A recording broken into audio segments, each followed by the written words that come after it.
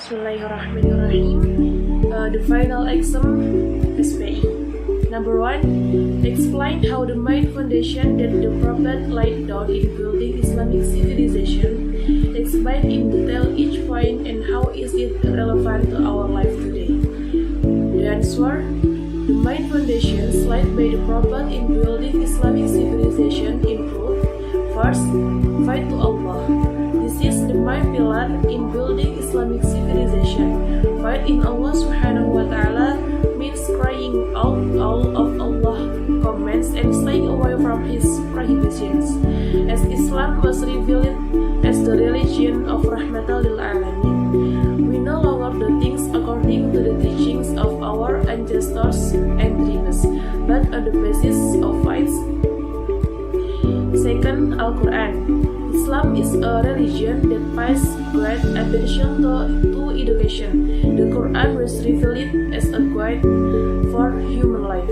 In it there are many teachings of life and the source of all knowledge. Therefore, the Quran is one of the main foundation of Islamic civilization. Third, Islamic brotherhood. This foundation is the concept of brotherhood between one Muslim community and another. In it, there are lessons about love, friendship, and mutual respect. This foundation also regulates the relationship of tolerance between Muslim and non-Muslim, so that there is peace, security, and tranquility together.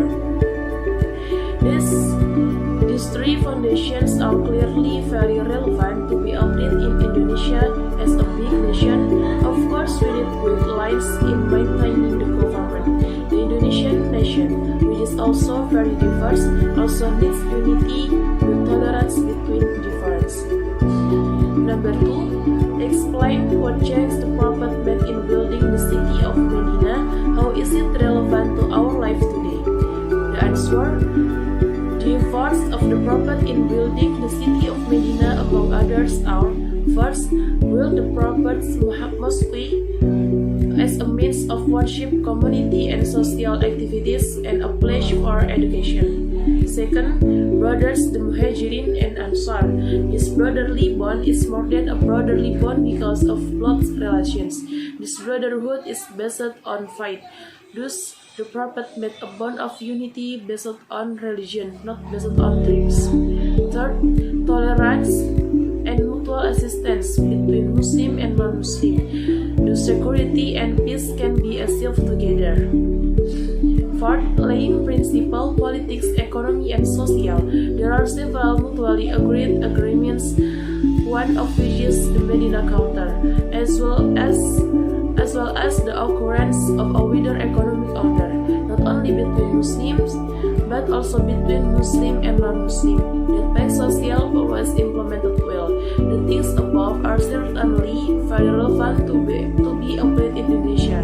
By applying the concept above, better governance can be implemented. Stronger unity, fairer law enforcement, and guarantees for the implementation of human rights. Number 3. What is the Medina Charter?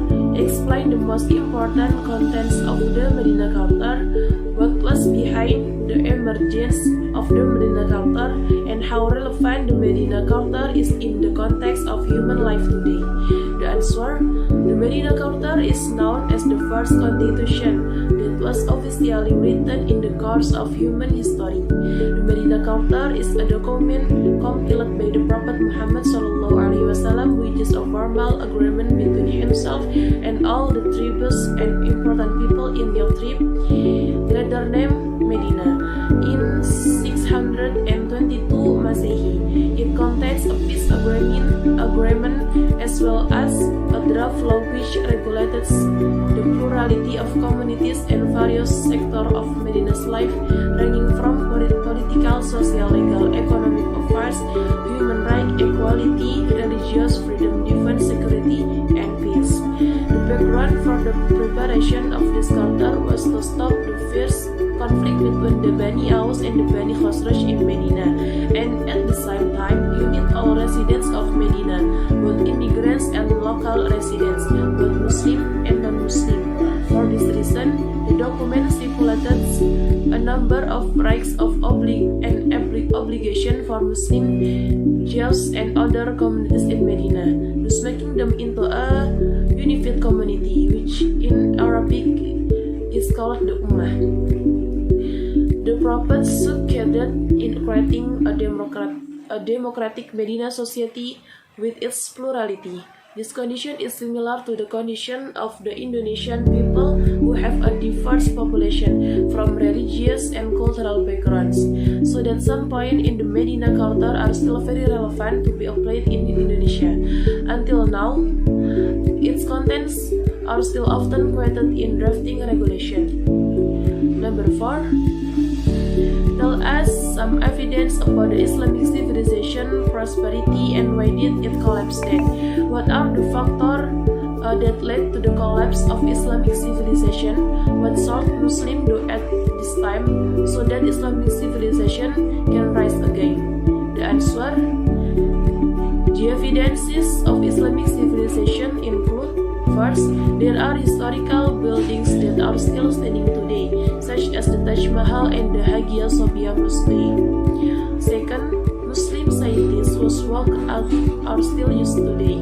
For example, Ibn Sina, medicine, Al-Khwarizmi, mathematics, and Al-Batani, astronomy. Third, an educational institution that is still operating today, Al-Azhar University, Cairo.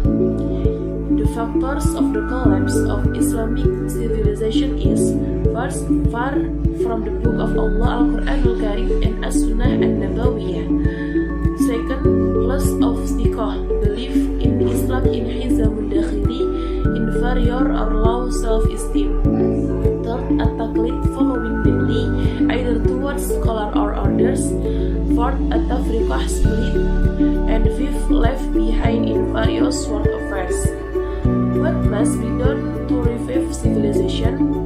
First, return to the true teaching of Islam and avoid deviant and misguided Islam teachings. Second, improve the quality of Muslim human research through quality education.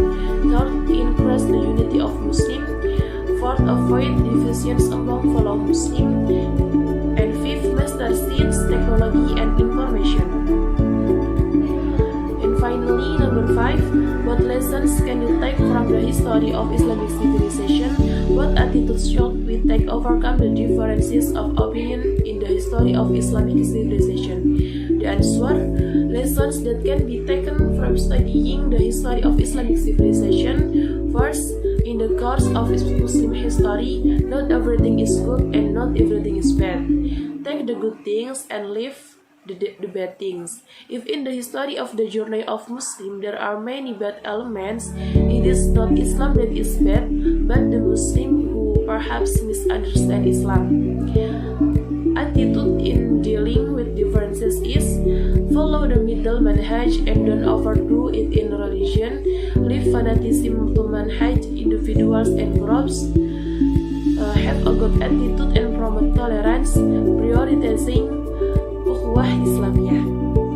Thank you. Wassalamualaikum warahmatullahi wabarakatuh.